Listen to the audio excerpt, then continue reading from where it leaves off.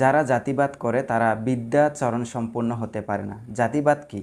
জাতিবাদ হচ্ছে মানুষ এরকম বলে, আমি এই চাকমা জাতি, আমি বড়ুয়া জাতি, আমি মারমা জাতি, আমি ত্রিপুরা জাতি, আমি উরাও জাতি, আমি মুসলমান জাতি ইত্যাদি বলে তারা কি করে? আত্মঅহংকার করে।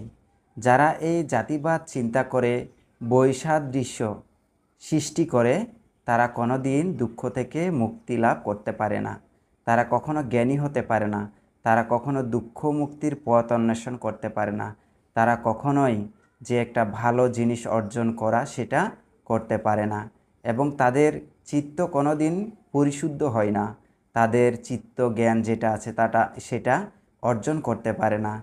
তাদের প্রজ্ঞা উৎপন্ন হয় না। তারা মুক্তির পথ অনুসন্ধান করতে পারে না।